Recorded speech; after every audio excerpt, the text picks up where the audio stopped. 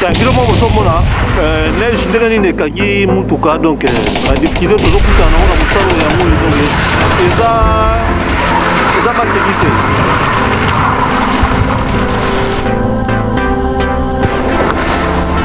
Aïe aïe aïe.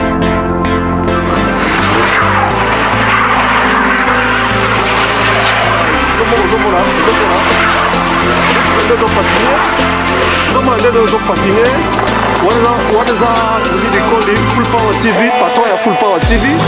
Ah, yango wana pièce unique.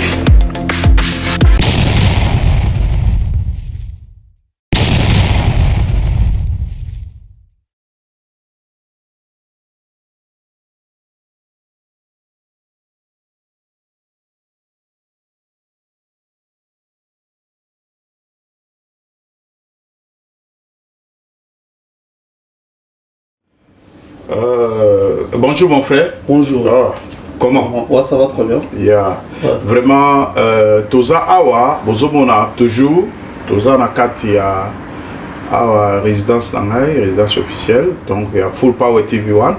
Donc, Nayambi Ndekonabiso, héritier. Donc, héritier, Azali, vraiment, na ba initiative va bien. Avec comment on a biso, à présenter biso œuvre nae. Oyo aza ko kanisa pour que non asepelisa pe population ayoa par rapport ya makanisini ni aza nango vraiment to solo kaka moke parce que tous na réunion kaka ya makambo to solo bela par rapport ya eloko oyo to koyoke pana papa situation na biso za nini. Ouais, je me présente d'abord, moi c'est Héritier Kibouila. Et ça, là-bas, on se des Djoubek, on se notable, bon, ça dépend de mon Naza Awa, dans la résidence, il y a Willy Bikoli, Powerful One, TV One, Powerful TV One. Naye, tout ça, un contrat de travail, donc, dans le partenariat. Il y a film où toujours tourné, titre film on a comme on Safaring. Ils ont 80 tableaux.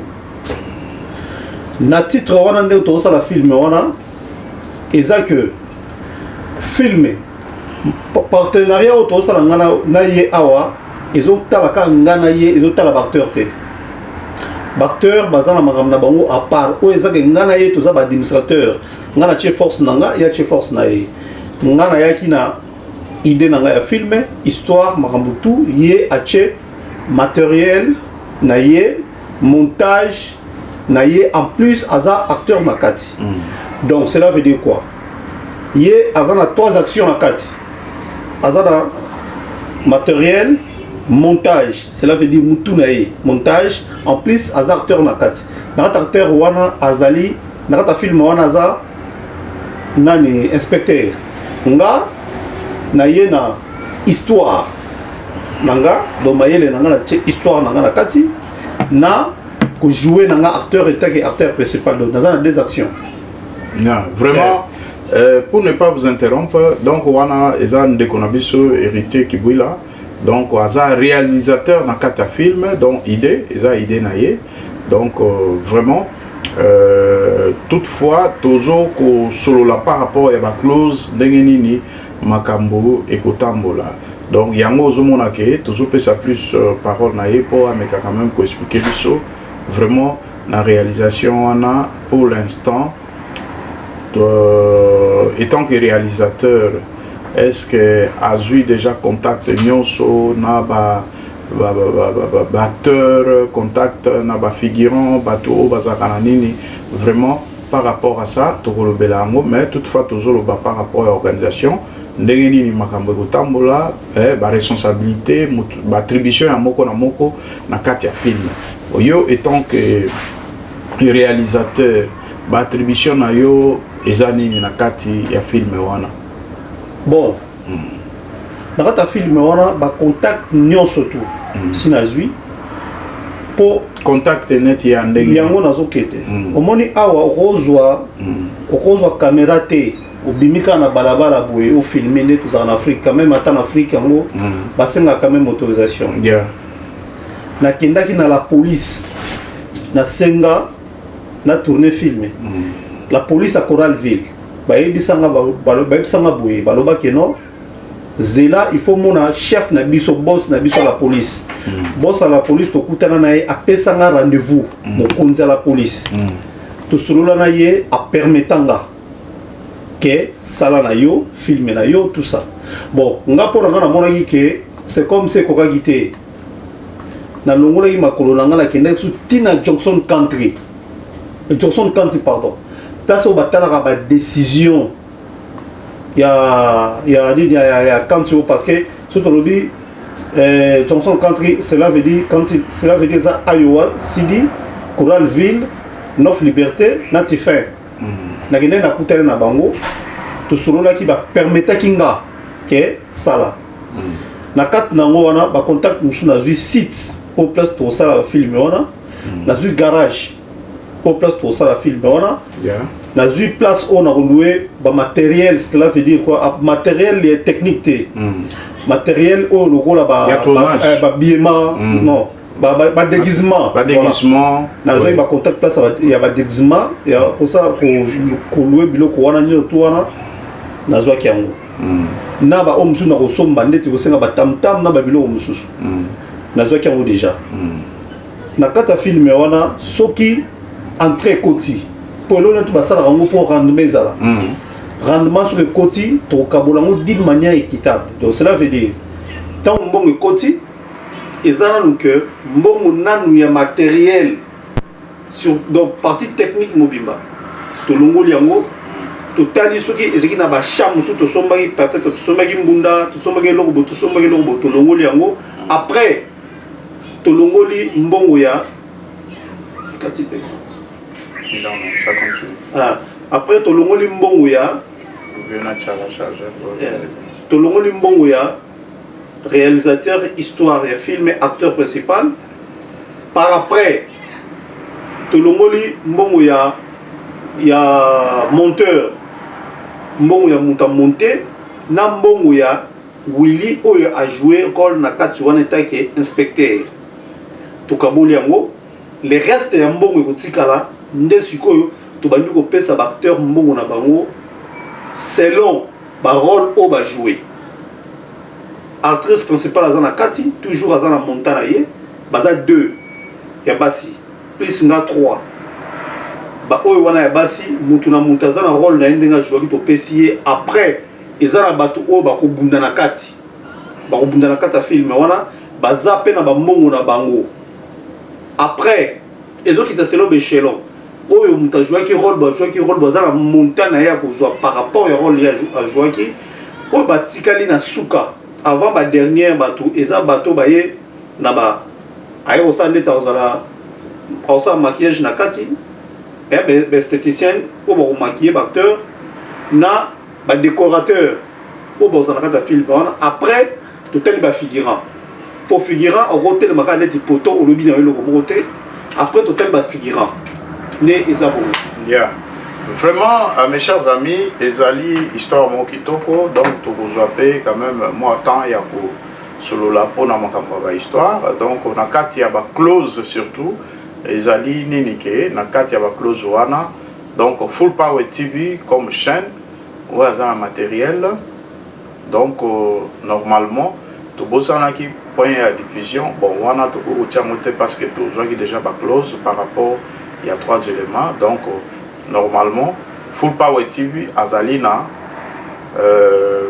3 rôles ouais azo jouer donc normalement na kati ya ba rôle wana na kati ya organisation un film ça veut dire que biso moko toza wana toza ba monteur tozali en même temps to disposer d'abord matériel donc acteur na kati na montage donc 3 aspects wana eza ko tenir en compte mais par rapport il y a montage eza musala makasi normalement na pourcentage la répartition à pourcentage par rapport à montage tokolobela c'est toujours ba close par rapport à bandeko tokosolana bango oui ba pourcentage ya montage les années pourcentage il y a acteur principal ou to désigné ba combien parce que bango nyonso ba acteur o baza na kati ba acteur clé ya kati ya film ba kozala ndenge nini problème pe mususu ya réalisateur moto a réalisé que film ezala donc azana caché na ye ou eza quand même pe caché moko ya bien de façon que ba figurant bandeko mususu ba acteur mususu baza na kati et tokoye bandenge nini ya ko répartir par pourcentage na ndenge tokoye kosala ouais bon makambo wana nyonso tuna sur moni ce qui est important il faut reconnaître ba valeur na ba étape ya makambo tout ndenge ezali lelo lokwa toza na réunion meeting ya film yango na baacteur nyonso tout eza na ba 16h mpona ngonga tozowela ngonga mais nakoya lisusu après wana yo moko mpo kozala kuna après wana tokozala su na temps tokosolola chaque acteur eza obligatoire te ke bakangi yo na singa il faut jouer non okoya oyoki histoire na yo soki oza intéressé okoleka na training wana yo koleka tokotala ba compétence na yo façon na yo même ya kojouer tokotala ke nde tokoplace yo ke kingandi yo kosala place boye kingandi yo kosala place boye soki tosali wana esili toplace yo mais avant okota na scène ekozala na formulaire oyo yo kosigner oyo ekozala ke au cas où il y a un problème biso tokobimisa document wana ekozala pe cacheté epa ya loya na biso tokolakisake non ba close na biso yango oyo tosignaki na yo donc ne pas comme que oh non ba continue na film voilà ba respecter te donc nyonso il faut ça par écrit et comme makambo tango zokota makambo ya la police ezate ya côte ezate mais tango ekozala ke makambo ebandi et comme makambo ke non tokene na la police pour checker na film pour la na télévision sans nini nanga donc ekozala ke au signer document na yo caché ya avocat na biso ezawana makambo surtout et sili aller au continent na scène soko lingité malgré au saki training makambo to ekozala up to you ne ba en anglais donc déclassé. Okay. Voilà, mais vraiment, et là, on est bien, donc, biso, tous trop exigeante, boebi montage, les alliés, et là, on est 5 jour, on est film, ça veut dire que les alliés, on peut cette formation, donc, les locaux, ils jouent à peine temps, donc, ça veut dire que, toujours, le canal, premièrement, tout ça, les locaux, mon boye, qui impacté à Yoa. Pourquoi pas monde? Non, ils ont aïwaté. Film et auto, ça, on a pris dans le monde entier. Pourquoi pas monde? Pour tout ça, on a voilà, tout ça, on a aïwa. Mais, film et auto, la mara na aïwaté, et la mara partout. Ils ont monde donc, entier. ça veut dire que, il faut impacter le monde dans le lobby. Donc, toujours, c'est vraiment discipline, la disponibilité. Parce que, excusez, donc, film et c'est disponibilité parce que, ils ont la bande de moussous au benga et bon tournage. Oh non, y était parce que dans un programme, normalement, sur un programme, il faut qu'on ait ça de façon que tu aies bandé, tu as la peau, tu as balayé, tu as un tableau boy. Tableau, on a peut-être les autant d'acteurs pour se présenter. Mais tant que notre lobby, que notre salaire, il faut montrer chose à présent, on va désigner un moment. D'abord, il y a question bien, il y a un point bien soulevé. Tous les acteurs, à part au bazar administrateur, bazar remplaçable. Donc cela veut dire quoi? Soro sali absence moko ou non justifiable, donc en tout cas za remplaçable. Donc tant que vous avez un absence mabete, ils ont un rôle sous et vous allez. Sauf qui on s'absentait les sous deuxième fois sans que viser à l'avance. Donc ils ont manque en considération. Il y a eu l'eau ça là. Donc on a valeur directement au commis là les figurants. Sur le lingo au participer à film comme figurant. Deux absences. Donc vraiment bandeko na ebi ke balanda pe moi solo autoroute moi ba déclaration pour na bandeko balneni tout ça là tout ça la besoin pe il y a batteur déjà c'est bon.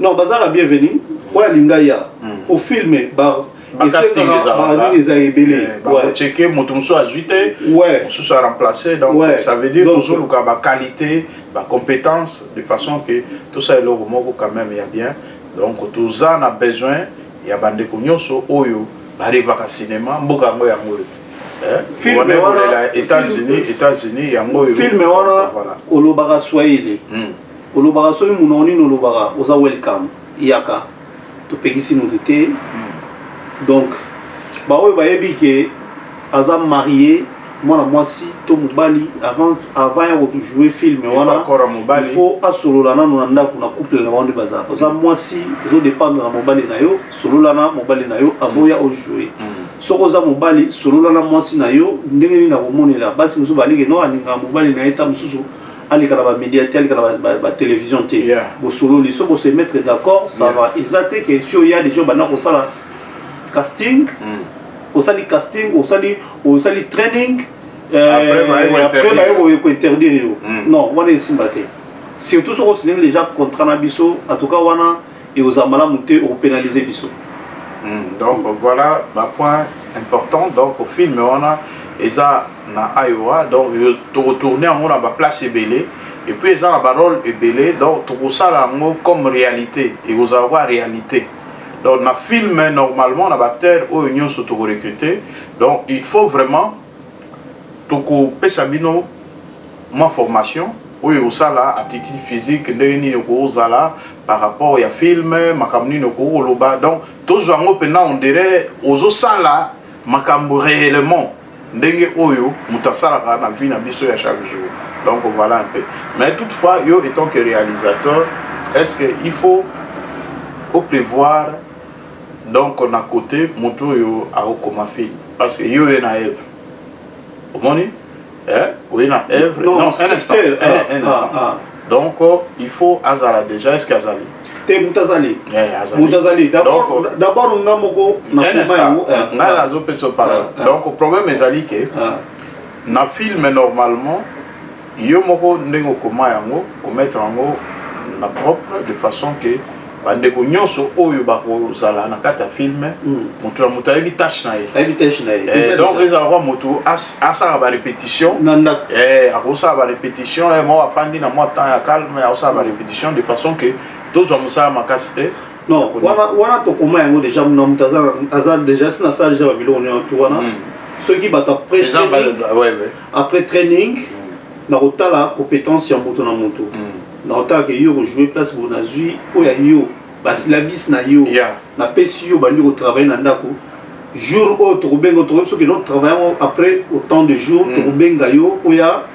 kojouer soki oye makambo oyo tangaki wana yango koloba na kati ensuite toza na mosusu tokobakisa banini ezangaka te ozo comprendre soki mosusu eza ya tokobakisa sur place wana bon oza déjà tellement oza déjà traîné comprendre oyebaka ndenge nini ekoleka voilà naza na besoin ya mama moko ya mokolo ya âge ya de 70 ans mata moto aza na mama na ye soki amoni ke maman rejouer, il n'y a pas de problème, na souka on a rémunéré. Soki, nous avons besoin d'un moutoumou à cause de 2 mètres matin, mais azala mounene mais à matamata. Cela veut dire quoi? Taille pena costo engambe, on a besoin d'un moutoumou à ndengwana. N'importe quel âge. Aya, mais souka âge au moins 50 ans, 55 ans. Pas plus, somme de taille wanazali, nous avons besoin d'un.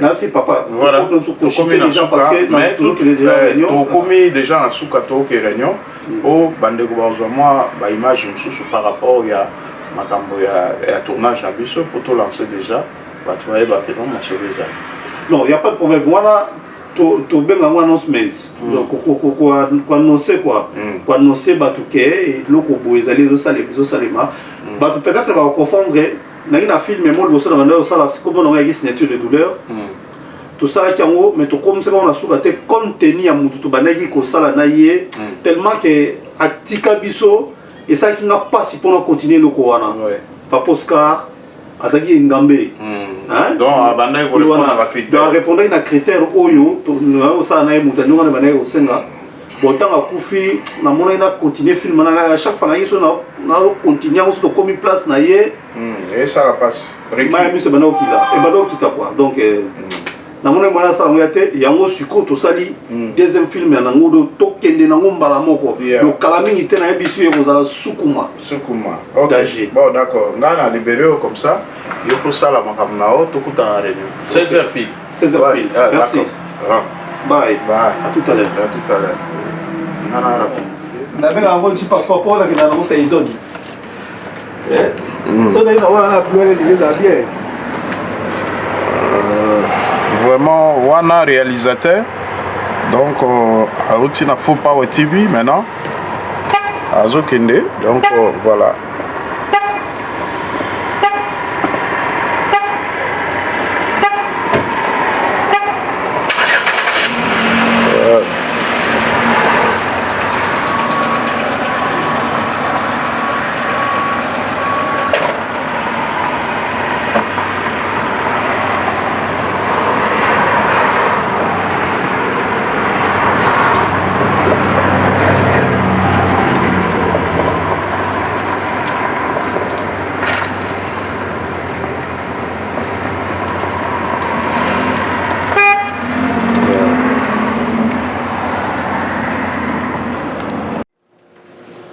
Mes chers amis, vraiment, le loto est Maram Soussou, donc toza awa kaka ndenge tokuma na chaîne Abisso ke elenge aywa, donc Full Power TV 1, toza toujours na ba initiative ya malamu.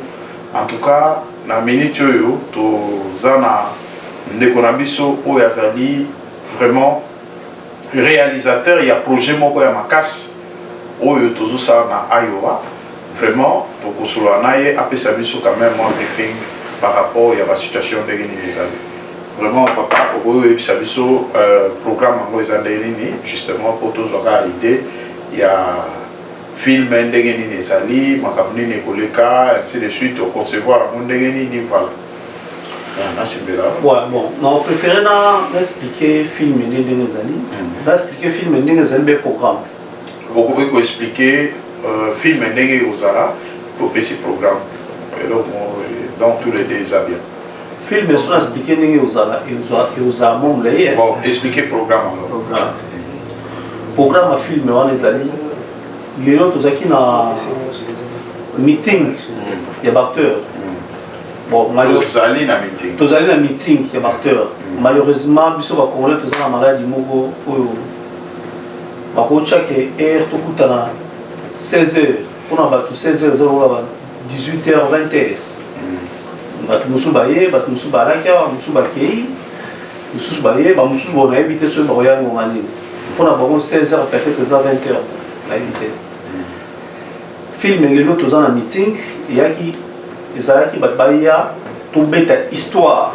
Il y a film en ondeza, to beta histoire ya film en ondezali. Tout ça là ba quelques exercices. Na acteur Simarango to balo benga moko na moko tout ça la training total la compétence ya moko na moko comprendre même dans la compétence na rôle boui même dans la compétence na rôle boui si manango to zoa ba o to benga ba syllabis donc to komeli yo ba parole na yo rôle na yo makamolo ba tout ça to pesi yango ba ndio le travailler na ndako tant on travaille na ndako to ba no benga suko et vous assoutez que ensemble boui to ba no benga moko na moko to bi ke film na biso na 80 tableaux to bengi oyo aye a jouer na jour na ye oyo aye a jouer so ka za jour mo tam so ba jouer 10 to bengi 10 personnes ba ye ba jouer ka de moi yo mukolo na pe goya so ko lini ke bon ça va na tala rôle na ngona jouer ki na tala na ba ninga oko le capé otali to la kiso mo ndo jouer muke ti e ko ke na aussi là mais film wana na ebisio titre là d'abord un film ezali titre wana un film wana eza Safaring. Pourquoi Safaring? Safaring eza pasi hein eza pasi en anglais na lingala pasi na français eza souffrance yeah. Safaring. Donc pourquoi eza Safaring? Film wana to banda on aéroport eza histoire ni aéroport à Cédar Rapide voilà et à États-Unis et à États-Unis